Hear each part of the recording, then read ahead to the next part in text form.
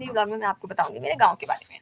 तो आज से तकरीबन 4-5 महीने पहले मैं गई थी अपने गाँव, क्योंकि मैं बहुत सालों से गाँव नहीं गई थी, तो मेरे अंदर बड़ी एक्साइटमेंट थी कि मैं बड़े दिनों बाद जाऊँगी, ऐसा करूँगी, वैसा करूँगी, ये होगा, वो होगा। लेकिन कैन यू इमेजिन क्या हुआ उसके बाद? गाँव में हम गए थे एक शादी में, ठीक है? मतलब हमारे कज़िन्स की शादी थी, तो फिर हम गए वहाँ पर। अब हम तो लड़कियाँ दिल्ली की हैं भई, दिल्ली की हैं तो हम तो भई हर बारात में जाती हैं। गाँव में ऐसा होता है, रूल है कि मतलब लड़कियाँ, औरतें वगैरह जो हैं वो बारात वगैरह में जाती नहीं है, राइट? तो हमारा भी सेम था, बट हम दिल्ली की थी। हम ना, मेरी एक और कज़िन सिस्टर थी, वो भी मेरे साथ ही दिल्ली से गई थी, तो हम दोनों चल दिए बारात में। पापा वगैरह थे, तो हम चल दिए बारात में, हम दोनों के पापा थे, चाचा वगैरह सब थे। हम वहाँ पहुँचे, बारात तो पहुँच गई, मतलब 11 बजे तक हम 10-11 बजे तक हम पहुँच गए थे। लेकिन वहाँ पर हमें ना उतार के खड़ा कर दिया गाड़ी पे से, और वो बैंड बाजा बज ही नहीं रहा, बज ही नहीं रहा, बज ही नहीं रहा। मतलब फिर फिर क्या हुआ, तो क्या बोलते, बड़े पकोड़े टाइप कुछ आए, ठीक है?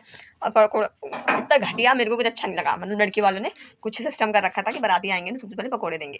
मतलब बारात अब तक पहुँची नहीं थी वहाँ पर, लेकिन जहाँ पर हम खड़े हुए थे ना, तो वहाँ पर ही था। फिर उसके बाद कुछ लोग फिर बारात चढ़ने लगे, बड़े गंदे-गंदे, आपको तो पता ही है गाँव में कैसे देहाती टाइप के गाने बजते हैं, तो वैसे-वैसे गाने बजने लगे, ठीक है? फिर हम जितनी भी लड़कियाँ थी ना, मतलब गाँव की या जो भी बहनें-वहनें थी या हम दिल्ली के थे, हम सबको ना भेज दिया लड़की के वहाँ पर, ठीक है? लड़की के घर पे। अब हम चले गए, और वो लड़की का घर भी नहीं था भाई, वो लड़की का घर भी नहीं था। वो उनके कोई रिश्ते में लगते होंगे, उनके घर पे हमें भेजा गया, ठीक है? फिर हम उनके घर पे गए, हमने कहा भाभी को दिखा दो हमें, भाभी भी नहीं दिखा रहे हमें।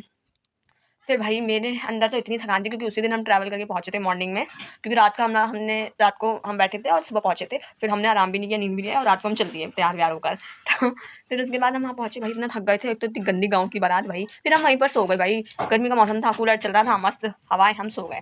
उसके बाद ना हमारे चाचा आए, हमें कहने लग गए, उठो उठो बारात आ गई, फ़ोटो खिंचवा लो, फ़ोटो खिंचवा लो।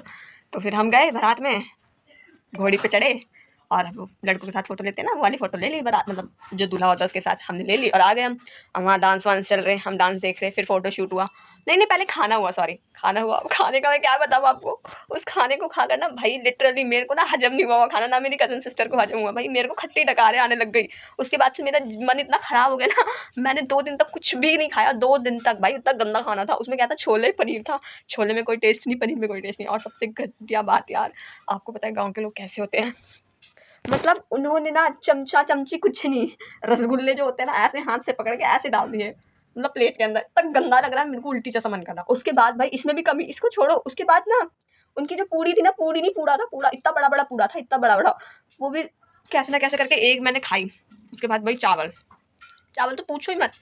चावल को ऐसे उठाया और ऐसे डाला, मतलब चमची नाम की कोई चीज़ होती है या नहीं होती भाई? गाँव में सब चीज़ों की फैसिलिटी है, लेकिन पता नहीं लोग इतने गंदे, और हम उनके गंदे हाथों का खाना खा रहे, पता नहीं उन्होंने हाथ धोए भी थे, नहीं धोए थे।